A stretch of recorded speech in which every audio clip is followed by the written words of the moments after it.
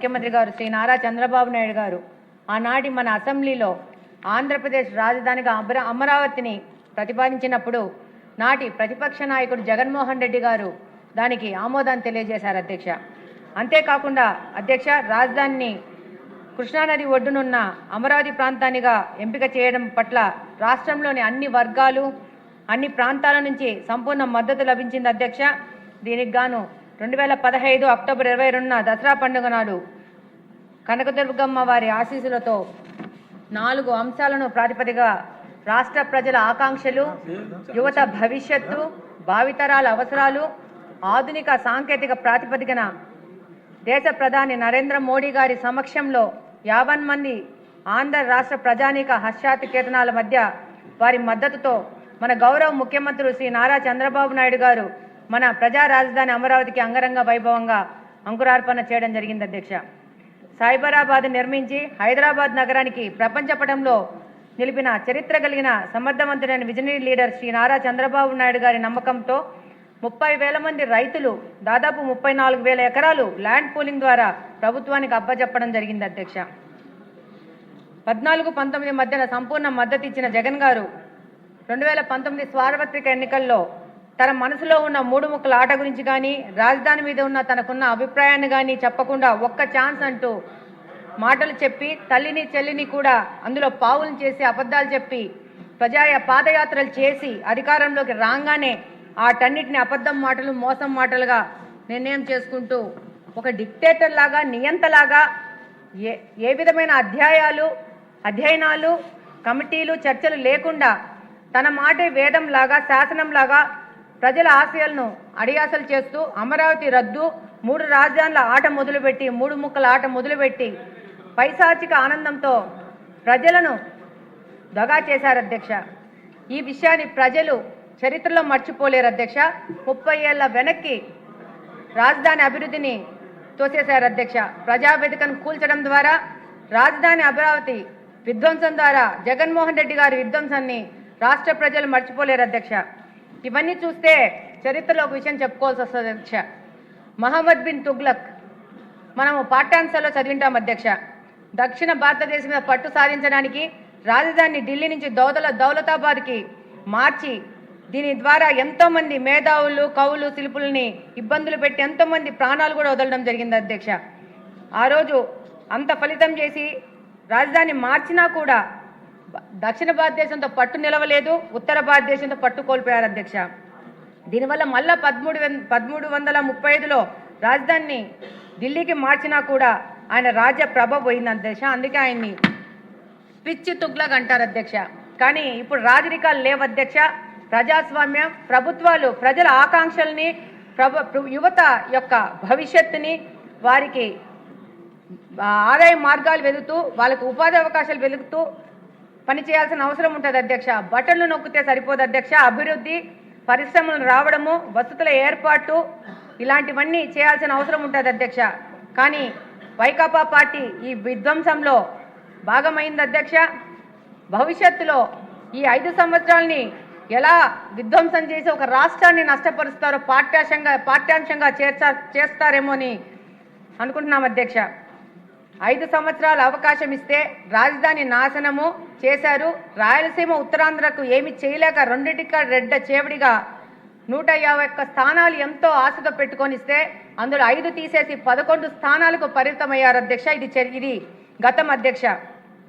ప్రజలు శాంతిపరులు, అవకాశం ఇస్తారు. సద్వినియోగం చేసుకుంటే మళ్ళా అవకాశం ఇస్తారు. దుర్వినియోగం చేసుకుంటే 11 నెంబర్ను ఒక ఎగ్జాంపుల్ లాగా ఇస్తారని 2024 ఎలక్షన్లో ప్రజలు తెలియజేశారు అధ్యక్ష.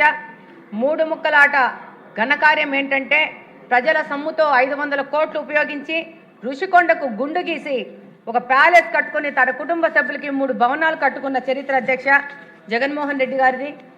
అలాగనే అధ్యక్ష, ఎలక్షన్ ముందు ఏ మాత్రము రాజధాని మీద ఆయనకున్న అభిప్రాయాన్ని కానీ 3 ముక్కల ఆటల మీద ఆయనకున్న ఆలోచన కానీ ప్రజలు పసిగట్టింటే ఆయనకు అవకాశం ఇచ్చే అవకాశం లేదు అధ్యక్ష. ఎక్స్ సీఎం అని చెప్పే అవకాశం కూడా లేదు అధ్యక్ష. అలాగనే రాష్ట్రానికి ఈ అవస్థ కూడా ఉండేది కాదు అధ్యక్ష. ఈరోజు 164 సీట్లు కూటమికి వస్తే ఆ రోజు అమరావతి రైతులు 1631 రోజులు దీక్ష చేశారు అధ్యక్ష. ఈ యొక్క నెంబర్లన్నీ యాడ్ చేస్తే 11 వస్తుంది అధ్యక్ష.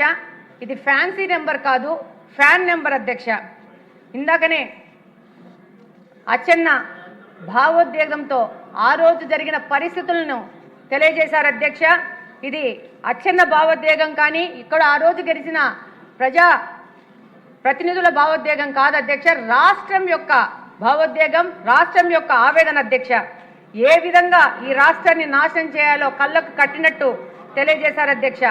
భవిష్యత్తులో ఇలాంటి వికృత రాక్షస క్రీడ జరగకుండా చట్టబద్ధత కల్పించాల్సిన అవసరం రాజధానికి ఎంతగానో ఉంది అధ్యక్ష. రాజధాని అభివృద్ధి, జాతీయ అంతర్జాతీయ సంస్థలు రాజధానికి రావాలంటే ఈ చట్టబద్ధత చేసి వారికి భరోసా కల్పించాల్సిన అవసరం ఉంది అధ్యక్ష. ఢిల్లీ స్థాయిలో అమరావతి గుర్తింపు చూపి దేశ చిత్రపటంలో అమరావతిని అధికారంగా చూపించాలంటే ఈ చట్టబద్ధత అవసరం అధ్యక్ష.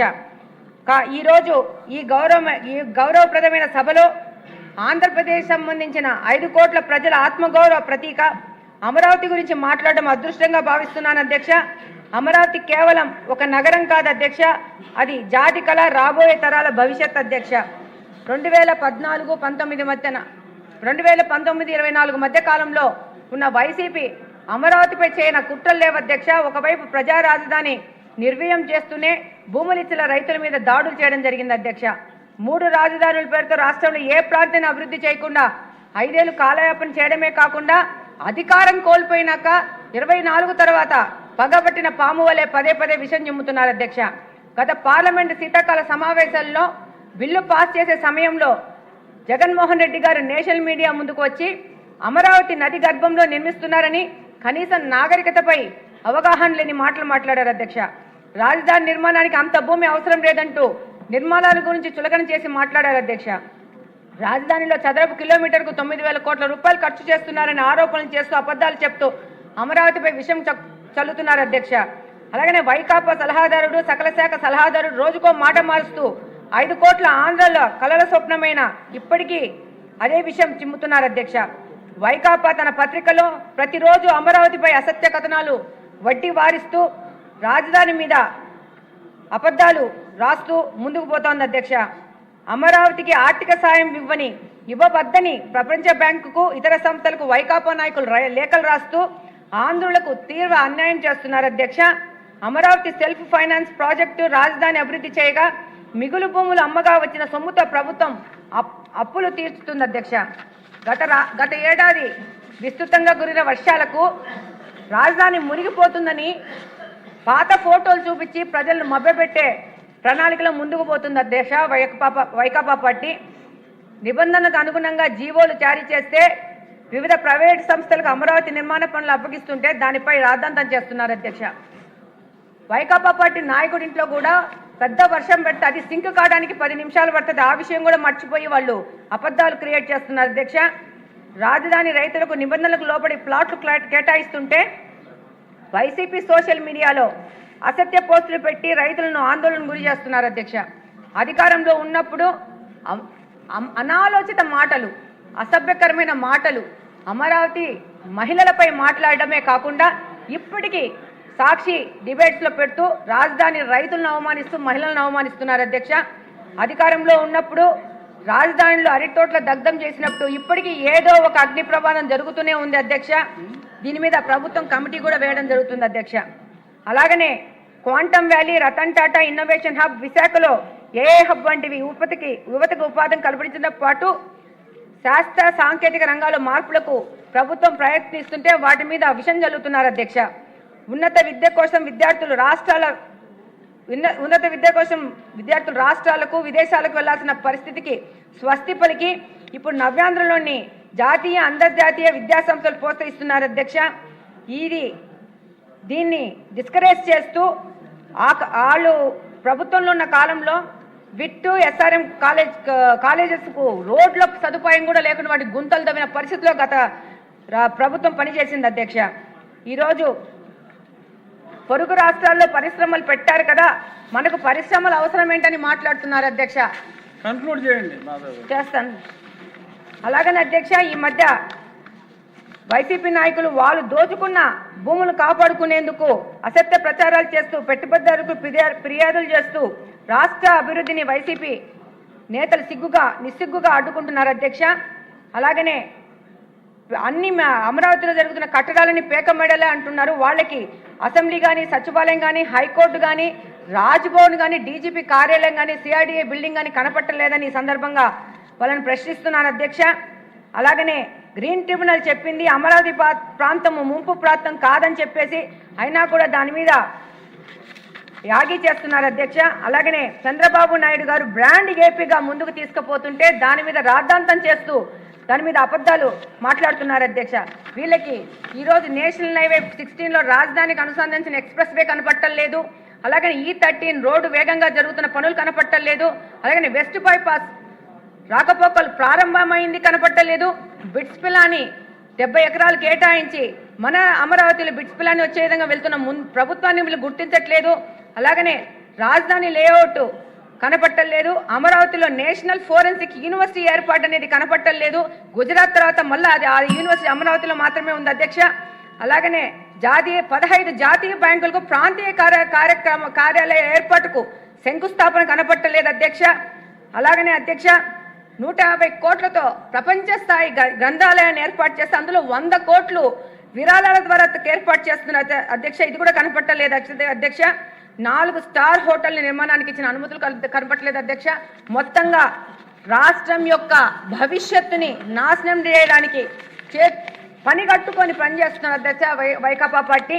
కాబట్టి ఇలాంటి చర్యలను మనము కట్టడి చేయాలంటే రాజధానికి ఒక తీర్మానం చేసుకొని చట్టబద్ధత క్రియేట్ చేసుకొని దేశ చరిత్రలో అమరావతిని మనం నిలపాల్సిన అవసరం ఉంది. కాబట్టి ఈ తీర్మానానికి నా మద్దతు తెలియజేసుకుంటున్నాను అధ్యక్ష. Thank you. గల్లా మాధవ్ గారు.